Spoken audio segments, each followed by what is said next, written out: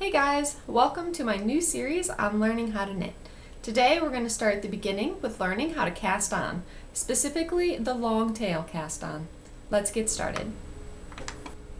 Alright, so you want to start with your ball of yarn and your set of needles. I have 5.5 millimeter needles here and just some regular worsted weight yarn. You want to, depending on how many stitches you need to put on your needle, have a few inches, maybe a foot or so longer if you need more stitches, of yarn already pulled out. Now you're going to have a really long tail, that's this big piece here. Alright, and right about here I'm going to start doing my long tail cast on. So in your left hand you want to wrap the yarn around your thumb and your forefinger, grab it with your middle finger, close that middle finger back up again. And then this piece is heading straight to your ball of yarn and your tail is over here, coming down. Grab a needle. You want to put it through the yarn that's between your thumb and your forefinger. Pull it up. Swoop that needle underneath this yarn here. Now it's not under both of them because you'll see there's two here. It's just under the first one. Now here's where it gets a little tricky. You want to twist it so that it goes through underneath that yarn there and then back through this thumb loop. Now drop your thumb.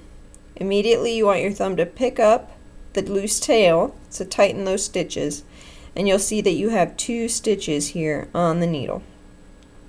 Unlike other cast on methods that only produce 1 stitch at the beginning, this produces 2, so you do want to count those when you're counting your stitches or following a pattern.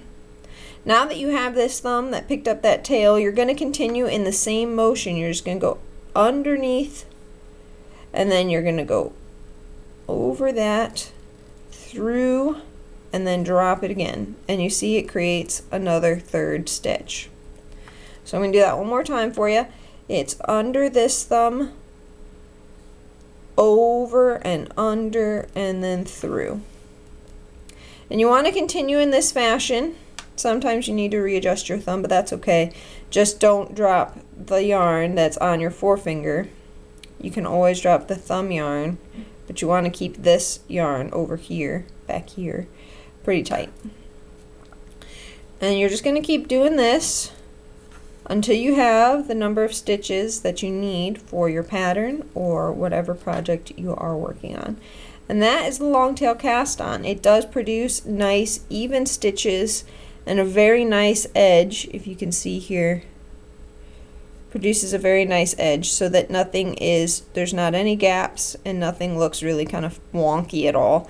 It's a nice even edge. This is my preferred method of casting on. It's how I first learned and it's the one I still use today.